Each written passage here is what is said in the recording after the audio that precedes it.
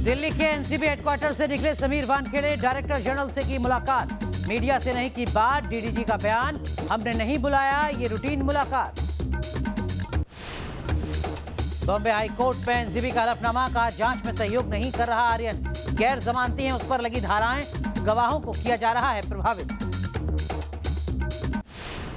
Cruise drugs मामले में आज आर्यन की जमानत अर्जी पर हाईकोर्ट में थोड़ी देर में सुनवाई। 20 अक्टूबर को एनडीपीएस कोर्ट ने खारिज की थी जमानत अर्जी। ड्रग्स केस पर एनसीबी नेता नवाब मलिक का बड़ा आरोप, समीर वानखेड़े कर रहे हैं फोन टैपिंग। नवाब मलिक का दावा, मुझे अज्ञात शख्स ने लिखी चिट्ठी लिखकर की जांच की मांग। नवाब मलिक के आरोपों पर समीर वानखेड़े की पत्नी क्रांति वानखेड़े का पलटवार, कहा मेरे पति को किया जा रहा है बदनाम, अगर रुपए लिए हैं तो दिखाएं सबूत। फिर मीडिया के सामने आया गवाह प्रभाकर सैल, कहा केपी गोसावी ने नहीं दिए मुझे पैसे, मेरा किसी नेता से नहीं है कोई कनेक्शन। लखनऊ में सरेंडर कर सकता है KP Gosavi, cruise drugs case में गवाह बनाए जाने के बाद से फरार है गोसावी। जम्मू में पुलवामा के शहीदों को गृहमंत्री अमित शाह ने दी श्रद्धांजलि, कल रात सीआरपीएफ कैंप में रुके जवानों का बढ़ाया हौसला।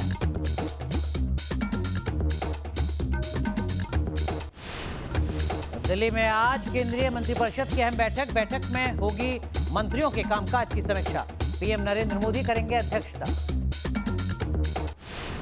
ओबीसी सम्मेलन में विपक्ष पर बरसे सीएम योगी, कहा जो राम के अस्तित्व पर सवाल उठाते थे आज अयोध्या के चक्कर लगा रहे। सोनिया गांधी की अध्यक्षता में कांग्रेस की अहम बैठक जारी, आगामी विधानसभा चुनाव पर हो सकता है मंथन, राहुल गांधी भी मौजूद। अयोध्या में रामलला के दर्शन करने पहुंचे दिल्ली के मुख्यमंत्री केजरीवाल, इससे पहले हनुमानगढ़ी में भी की पूजा अर्चना। केजरीवाल के अयोध्या दौरे का आज दूसरा दिन। देहरादून में बूथ लेवल पर कांग्रेस का अभियान, मेरा बूथ मेरा गौरव अभियान की शुरुआत, पूर्व सीएम हरीश रावत ने किया आगाज। पुंछ में आतंकियों के खिलाफ सेना का ऑपरेशन ऑल आउट जारी, सेना का आतंकियों के ठिकाने के और करीब पहुंचे भाटा दूरिया के जंगलों में 16 दिन से चल रहा है एनकाउंटर। नॉर्थ कश्मीर में फिर से आतंकियों की कायराना हरकत, बांदीपुरा में किया ग्रेनेड अटैक, हमले में 5 नागरिक घायल, सुरक्षा बलों ने इलाके को घेरा। कल पंजाब के पूर्व मुख्यमंत्री कैप्टन अमरिंदर सिंह करेंगे प्रेस कॉन्फ्रेंस, कर सकते हैं बड़ा ऐलान, अमरिंदर के मीडिया सलाहकार ने दी जानकारी। शिमला और उत्तराखंड के पहाड़ों में फिर हुई ताजा बर्फबारी, तापमान में 2 से 3 डिग्री दर्ज की गई गिरावट।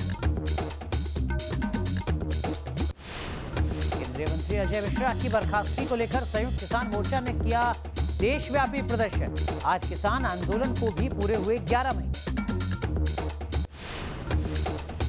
दिल्ली के ओल्ड सीमापुरी में आग लगने से बड़ा हादसा, 2 महिला समेत 4 लोगों की दर्दनाक मौत, मौके पर राहत बचाव कार्य जारी।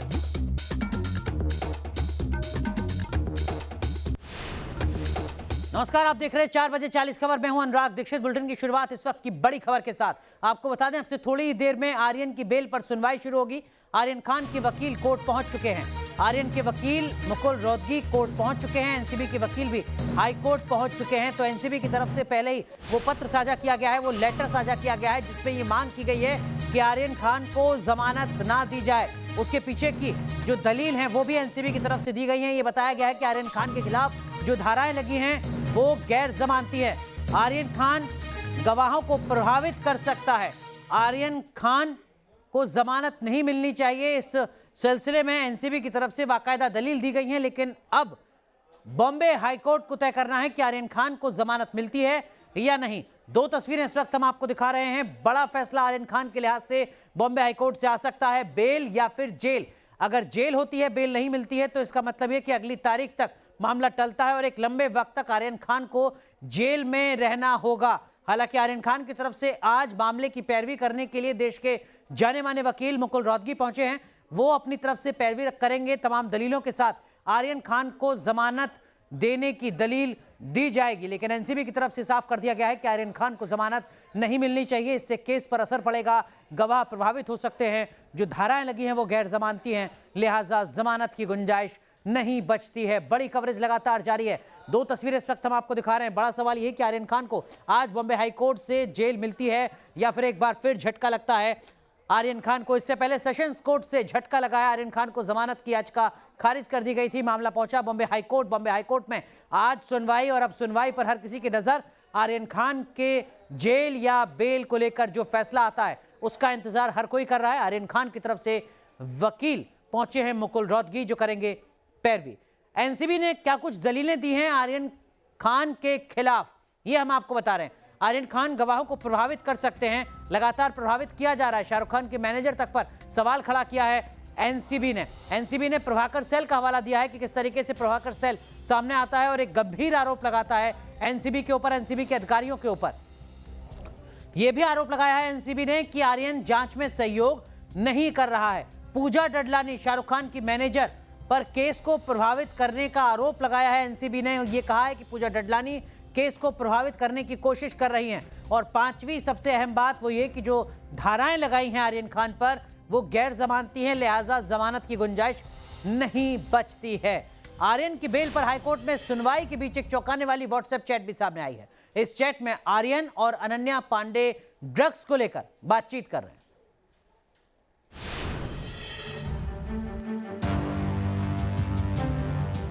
कभी ड्रग्स की डिमांड, कभी ड्रग्स का ऑफर, कभी एनसीबी का डर।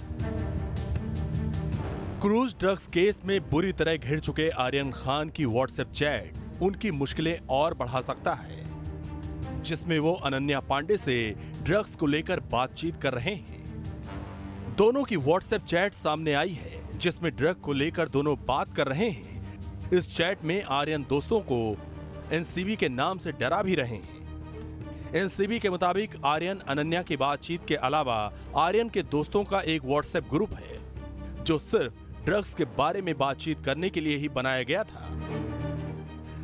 2019 की चैट में अनन्या और आर्यन ड्रग्स को लेकर बात कर रहे हैं। आर्यन बीट की मांग करते हैं जिस पर अनन्या उसकी भारी डिमांड होने की बात कहती है।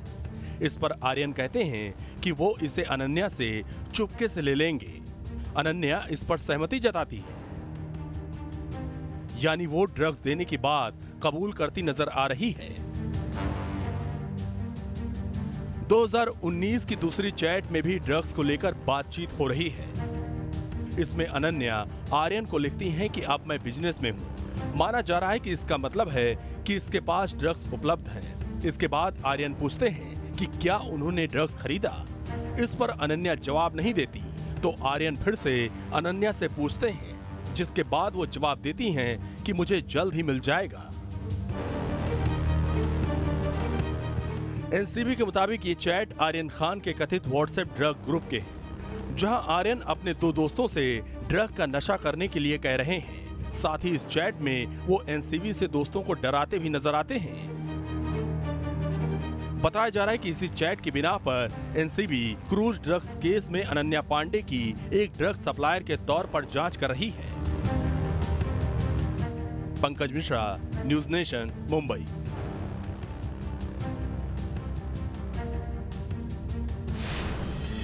तो इस वक्त की बड़ी खबर आपको बता दें, आर्यन के वकील का कोर्ट में हलफनामा पेश किया जा चुका है। आर्यन के वकील ने कहा है कि आर्यन के पास से ड्रग्स नहीं मिले हैं, आर्यन ने ड्रग्स का सेवन नहीं किया है, एनसीबी और नेताओं की लड़ाई से कोई संबंध नहीं है। ये बात भी आर्यन खान के वकील की तरफ से बॉम्बे हाईकोर्ट में कही गई है। प्रभाकर सेल से आर्यन का कोई संबंध नहीं है, ये बात भी वकील ने कही है।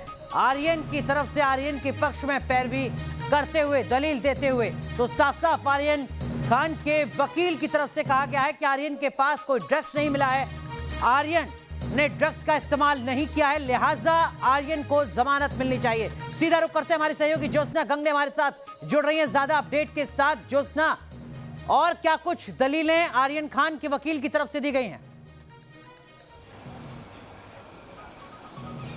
देखिए, ये पूरी कोशिश की जा रही है कि आज के आज आर्यन खान को ज़मानत मिल जाए और इसीलिए अटॉर्नी जनरल मुकुल रोहतगी अब मैदान में उतर चुके हैं। बहुत बड़े वकील हैं और सतीश मानशिंदे और अमित देसाई अब तक आर्यन खान को एनडीपीएस स्पेशल कोर्ट और सेशन कोर्ट में ज़मानत दिलवाने में सफल नहीं रहे।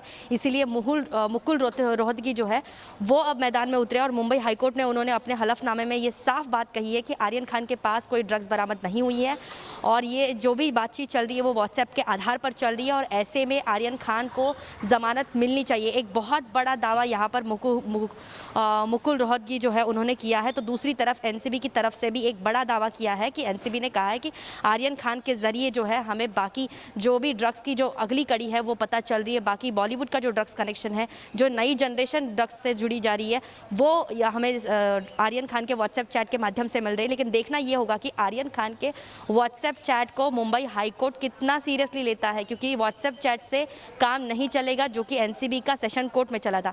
मुंबई हाईकोर्ट एक बड़ा सबूत मांगेंगी एनसीबी को, लेकिन एनसीबी ने दूसरी तरफ एक और हलफनामा दाखिल करते हुए कहा है कि जो भी इसमें 9 पंच बने थे वो 9 पंच में से अब एक एक करके पंच जो है वो डाइवर्ट करने की कोशिश जो है वो आर्यन खान की टीम की तरफ से की जा रही है। और पूजा ददलानी जो शाहरुख खान की मैनेजर है उनके ऊपर साफ तौर पर आरोप लगाया है। पूजा ददलानी का नाम भी इस हलफनामे में एनसीबी ने लिया है और साफ तौर पर कहा है कि पूजा ददलानी जो शाहरुख खान की मैनेजर है वो पंच को जो गवाह बने हैं उनको डाइवर्ट करने की कोशिश की जा रही है। और प्रभाकर साहिल का उन्होंने जिक्र किया। प्रभाकर साहिल जो पहले नंबर 1 गवाह बने थे एनसीबी के इस पूरे छापेमारी में, और अब वो जो प्रभाकर साहिल जो है उन्होंने मुंबई पुलिस की सुरक्षा मांगी और उन्होंने समीर वानखेड़े इनके ऊपर बहुत गंभीर आरोप लगाए हैं।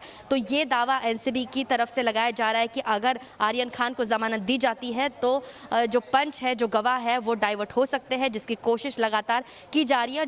और कुछ पंच जो है वो डाइवर्ट होते भी जा रहे हैं। तो ऐसे में एनसीबी दावा करेगी कि आर्यन खान को ज़मानत ना मिले। लेकिन दूसरी तरफ जो आर्यन खान के नए वकील मुकुल रोहतगी जो है वो एक नए नहीं कह सकते, हम लोग कह सकते हैं कि एक पुख्ता दावे के साथ उतरे हैं कि आर्यन खान के पास अगर ड्रग्स नहीं मिली है तो व्हाट्सएप चैट के आधार पर आर्यन खान को जेल में रखना गलत होगा।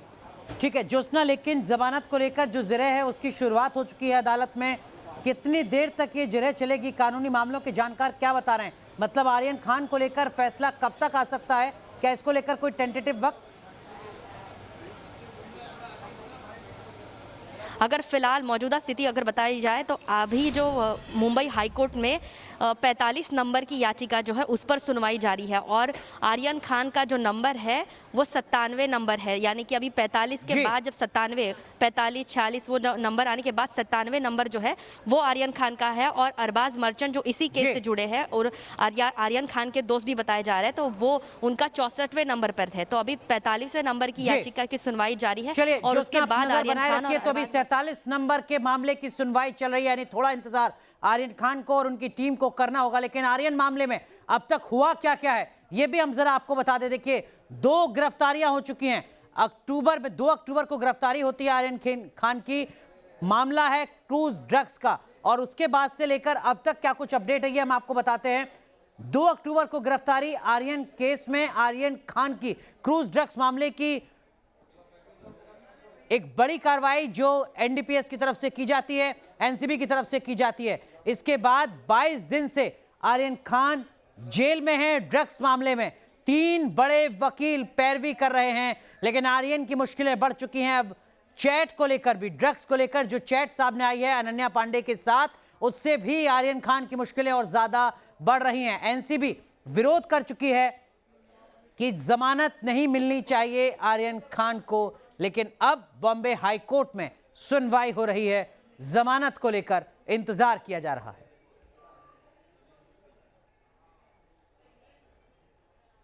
तो 2 तस्वीरें हम आपको लगातार दिखा रहे हैं। अभी थोड़ा इंतजार और करना होगा क्योंकि बॉम्बे हाई कोर्ट में जो मामले हैं उसके लिहाज से अभी आर्यन खान मामले की सुनवाई की शुरुआत नहीं हुई है। लेकिन वहीं दूसरी तरफ समीर वानखेड़े को लेकर भी घमासान मचा हुआ है। एनसीबी के जोनल डायरेक्टर समीर वानखेड़े की मुश्किलें कम होने का नाम नहीं ले रही हैं। एक तरफ उनके पद पर तलवार लटक रही है तो दूसरी तरफ महाराष्ट्र के मंत्री नवाब मलिक का नॉन स्टॉप हमला जारी है। मुश्किलों में घिरे वानखेड़े के बचाव में उनकी पत्नी और बहन उतर आई है। प्रभाकर साहिल के आरोप मुंबई क्राइम ब्रांच की जांच और नवाब मलिक के आरोपों से एनसीबी के जोनल डायरेक्टर समीर बुरी तरह उलझते नजर आ रहे हैं। वानखेड़े पर एनसीपी नेता और महाराष्ट्र के मंत्री नवाब मलिक का तीखा हमला जारी है। इसी कड़ी में वो एक बार फिर मीडिया के सामने आए और समीर वानखेड़े के खिलाफ 26 आरोपों की चिट्ठी सामने रखी। नवाब मलिक ने दावा किया कि ये चिट्ठी एनसीबी के अज्ञात अधिकारी ने उन्हें भेजी है। उन्होंने चिट्ठी की बिना पर वानखेड़े पर संगीन आरोपों की झड़ी लगा दी। पहली शादी हुई थी, ये तो मामला सामने आ गया। अब वो किस कानून से हुई थी वो दावा कर रहे हैं। मैं आपको बता दूं, वो सारे सबूत हमारे पास हैं जो ये साबित कर देंगे कि वानखेड़े साहब इन्होंने इस्लाम धर्म स्वीकारा था। बच्चों की परवरिश इस्लामी तरीके से हुई। इस्लामी तरीके से समीर वानखेड़े जी की डॉक्टर शबाना कुरैशी से शादी हुई। पिताजी का भी जो बेनिफिट है वो भी गलत तरीके से लिया गया। आज तक उनकी भी कंप्लेंट होगी। आज तक जितनी सैलरी उन्होंने ली है वो भी उन्हें वापस करना पड़ेगा। कि वानखेड़े ने फेक कास्ट सर्टिफिकेट का इस्तेमाल कर नौकरी हासिल की। संगीन आरोपों में घिरे समीर वानखेड़े का बचाव करने उनका परिवार सामने आ चुका है और मीडिया से बातचीत कर तमाम आरोपों को नकारा। समीर की पत्नी क्रांति रेडकर ने पति को ईमानदार अफसर बताते हुए आरोप लगाया कि कुछ लोग उन्हें हटाने की साजिश रच रहे हैं। ये सारे आरोप एनीवे बेसलेस है। इसमें कोई पॉइंट ही नहीं है। सबसे पहले बिकॉज इसमें कोई भी प्रूफ नहीं है। जो भी आरोप लगे वो कोर्ट में लगे और वो उसको कोई प्रूफ करे, तब आरोपों का मतलब बनता है। बिना हेड एंड टेल के आरोप तो कोई भी किस पे भी लगा सकता है। समीर के परिवार ने धर्म बदलने और फर्जी सर्टिफिकेट पर नौकरी पाने के आरोपों को भी सिरे से खारिज कर दिया। हमारे काम क्या है और हम किस लेवल पे आके आप लोगों से बात करें। हमने तो आपको नहीं बुलाया था। ये तो नवाब जी का काम है। हम हमारे काम हम काम करते हैं। हम वर्किंग लेडीज हैं। तो आज हमारे को थ्रेट और कॉल तो अलग बात है। हाँ, हमको मिल रहे हैं थ्रेट कॉल्स, हमको डेथ कॉल्स मिल रहे हैं, हमको थ्रेट कॉल्स मिल रहे हैं। हमको बोला जा रहा है कि आप बाहर निकल के दिखाओ, हमको काटेंगे, आप हमको हमारे ऊपर वार करेंगे, आप निकल के तो दिखाओ। हमारे को थ्रेट कॉल्स मिल रहे हैं। वानखेड़े के परिवार ने मीडिया के सामने बेशक अपनी बात मजबूती से रखी और उनका जोरदार बचाव किया, लेकिन इसी बीच क्रूज ड्रग केस के स्वतंत्र गवाह और एनसीबी अधिकारी वानखेड़े पर भ्रष्टाचार के आरोप लगाने वाले प्रभाकर सैल भी मीडिया के सामने आए। उन्होंने एक बार फिर तमाम आरोपों को दोहराकर वानखेड़े की मुश्किलें बढ़ा दी। इस डील से कुछ लेना देना नहीं था। जहाँ पर भी मैंने आज तक मेरा काम किया है, मैं सिर्फ सैलरी से मेरा लुकआउट है। आप क्या कर रहे हैं क्या नहीं उससे मुझे मतलब नहीं है। मैं सिर्फ ये आपको बात बताना चाहता हूँ, जो सच है वो मैं सामने लाने की कोशिश कर रहा हूँ। और मैं जो भी अभी तक मैंने जितने भी स्टेटमेंट दिए, टाइम टू टाइम दिए, सब वो जो भी है वो आगे पुलिस जो इंक्वायरी करेंगी उसमें सब आपको पता चलेगा। तमाम विवादों के बीच समीर वानखेड़े ने दिल्ली में एनसीबी के डीजी से मुलाकात की। बताया जा रहा है कि इस मुलाकात में उन्होंने तमाम आरोपों पर सफाई दी है। Team news nation.